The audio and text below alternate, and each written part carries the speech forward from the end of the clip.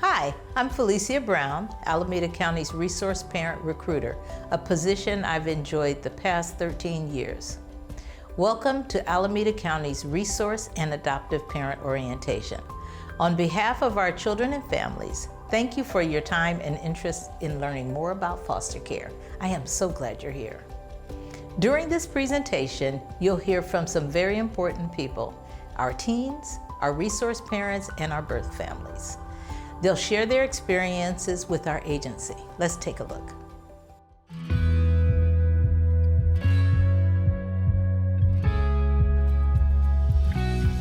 We are Christina Pedraza-Lindsay and Hannah Pedraza-Lindsay. We have been resource parents for over 20 children. We wanted to be parents. We did try. We tried IVF, and I had a miscarriage, and it was really hard to go through that. We knew we also wanted to adopt. We decided to go with Alameda County Social Services.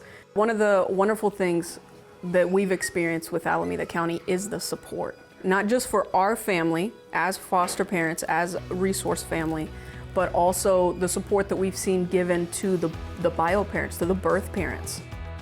Originally, when we got into this, the idea was we're gonna form our unit, right? We're gonna adopt, we're gonna move forward. And as our journey went along, I'm realizing that's not really the path that we're on. It's not just we're gonna adopt, right? We are building a family unit that's so much bigger than just what's in our home. Not only are you learning to get to know this child, supporting this child, but you're also honoring that relationship that they have with their family. It takes a village to raise a child. These families that had their children removed, they didn't have this village. And that's what a resource parent is. That's what you become. You become that support, that village for that family. Our job as resource parents was to foster reunification between the children and their birth families. Our journey has taken us to adopt 9 children. That was not our initial goal, but we have been blessed throughout this journey of reunification and adoption. Our journey has been so beautiful and so amazing. We are a unit, we are a family. We are family. Yes, we're a family.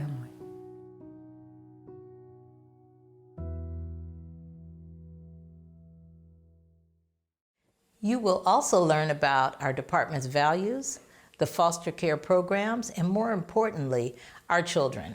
Finally, we will share our process for becoming an approved resource parent and adoptive family. Be sure to take notes and jot down questions you may have that are not answered in this video. Here's my email address, FeliciaBrownGoins@acgov.org. I look forward to answering all of your questions. It's important for people we partner with, including caregivers, to share our values. We are excited about possibly partnering with you as we practice these values together. We value families, including birth families, and their right to raise children in their culture and community. Additionally, we value the importance of children and teens growing up in environments free from harm.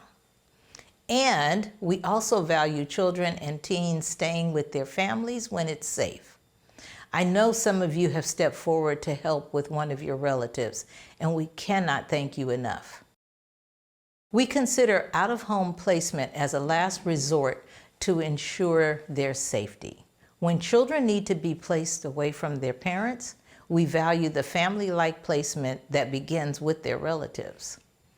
I want you to hear from one of our parent advocates who at one time had their children removed and later had them return home to where they belonged.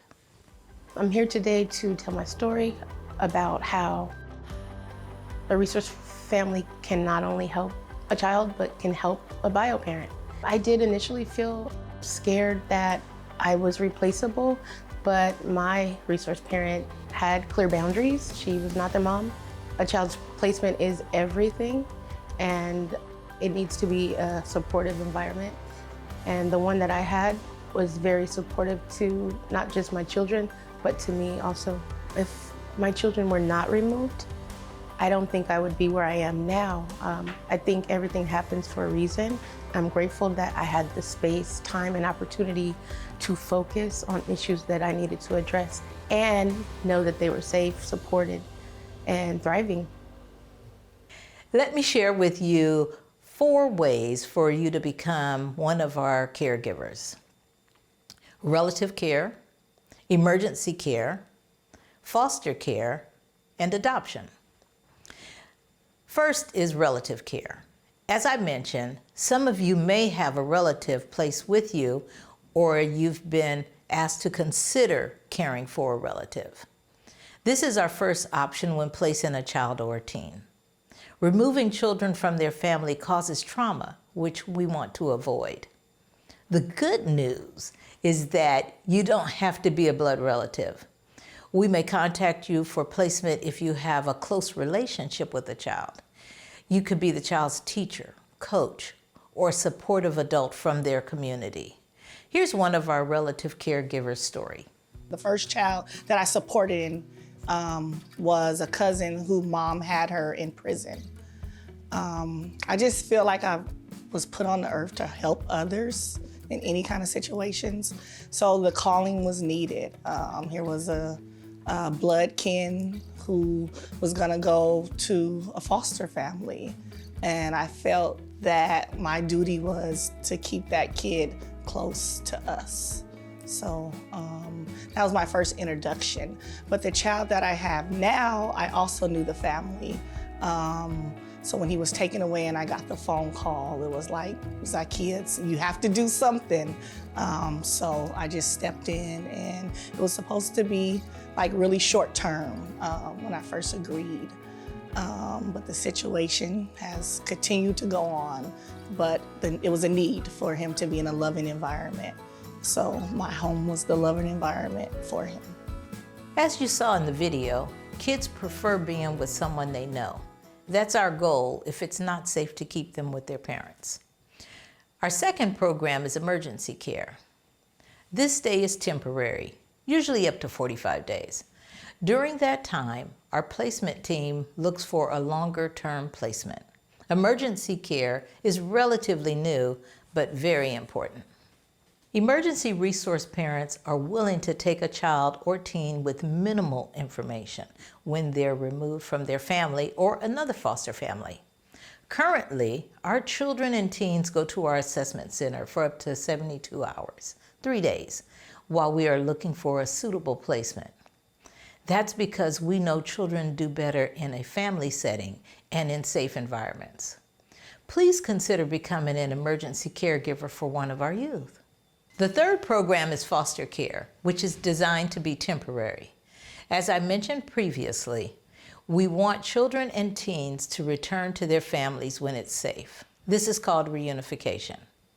While reunification may not always be possible, it's always our initial goal, which is why foster care is designed to be temporary. Since children and teens generally do best with their families, we want our resource parents to provide safe and loving environments for our children, teens, and their families. Don't worry, we don't want the child's family to move in with you. But we have learned that our families get better faster and stay better longer when our resource families understand them, accept them, and find ways to help them stay connected with their children. Here's one of our resource parent stories. In my time, I've had over 60 foster children. In becoming a resource parent, you do have the support that you need. You have to check out all your avenues. I would say the biggest is your county association, also your social workers, the people that are going to be working with you and the children are your resources. They're your best resources. So you count on them to bring information to you, and you also bring information back to them about the children, the foster children that you have. And finally, we have adoption. We provide adoption services when children and teens can't return to their families or live with relatives. We provide adoption services for our resource families that have the opportunity to adopt a child they have been caring for when presented with this option. Plus, all resource families are certified with us to foster and adopt. It's important to know that most of our children who are currently available for adoption are older youth. Our younger children who need an adoptive family often come with siblings. I encourage you to consider becoming a permanent family for a teen today. Like younger children, teens need a family too. Now, for me, this is the best part of the presentation. I get to share a little bit about our wonderful children and teens. So let me start with a few things I want you to remember about our children. The most typical way for children and teens to grow and develop is within a family context. 98% of the children in the United States do so. Brothers and sisters growing up together is extremely important. Think about your siblings and how different your life would be had you not grown up with them. The same is true for our kids. Teenagers desire to be seen in the context of a meaningful relationship with adults. Remember when you were a teen? Remember when you felt your parents didn't see, hear, or value you? Having experienced abuse and neglect impacts children in different ways depending on the severity.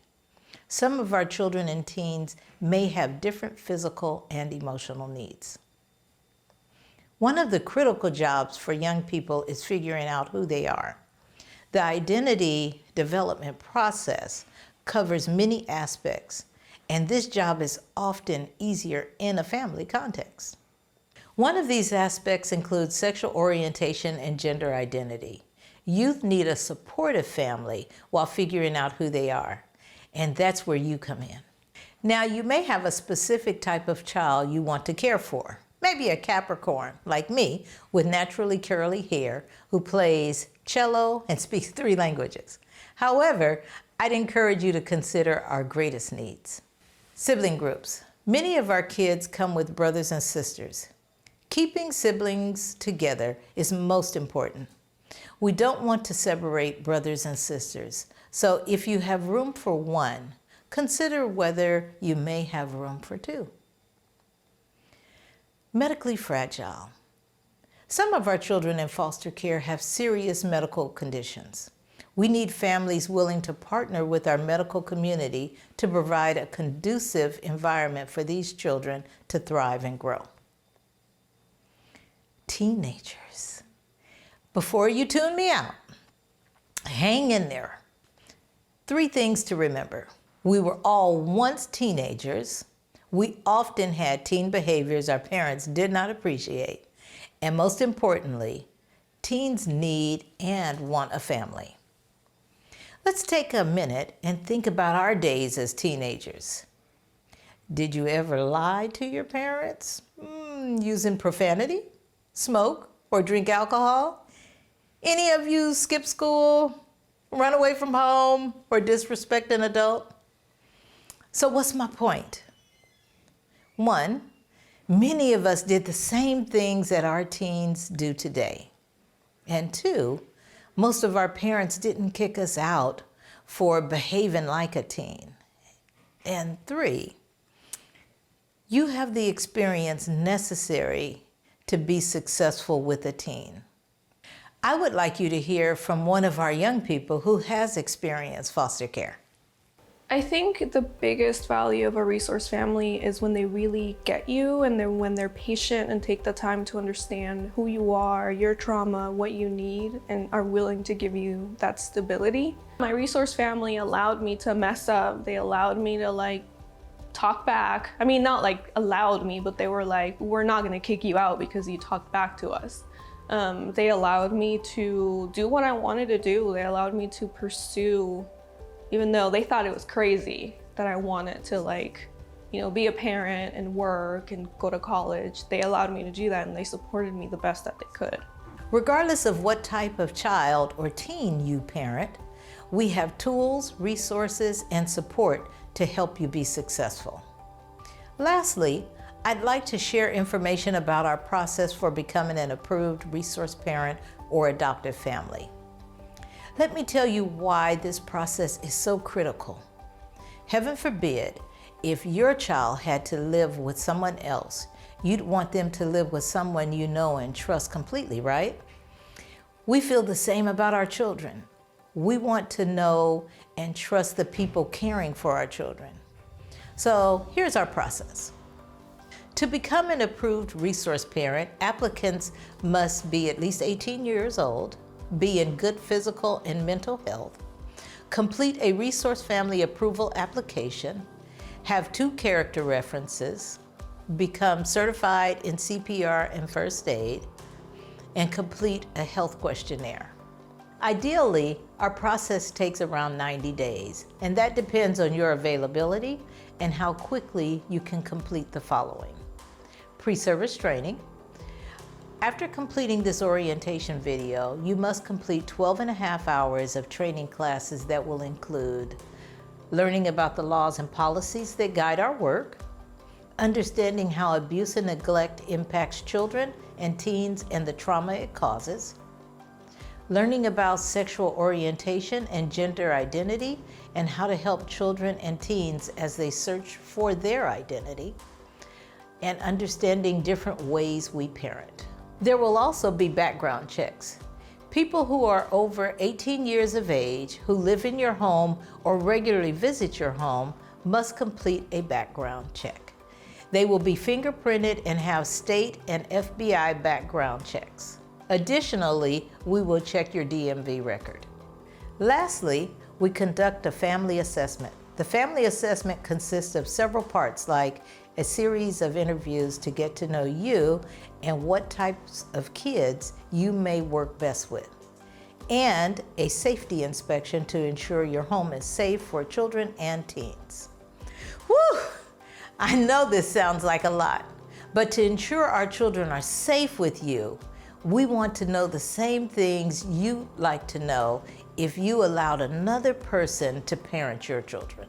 As a potential caregiver, I'm sure that you'll be happy to hear that we will support you.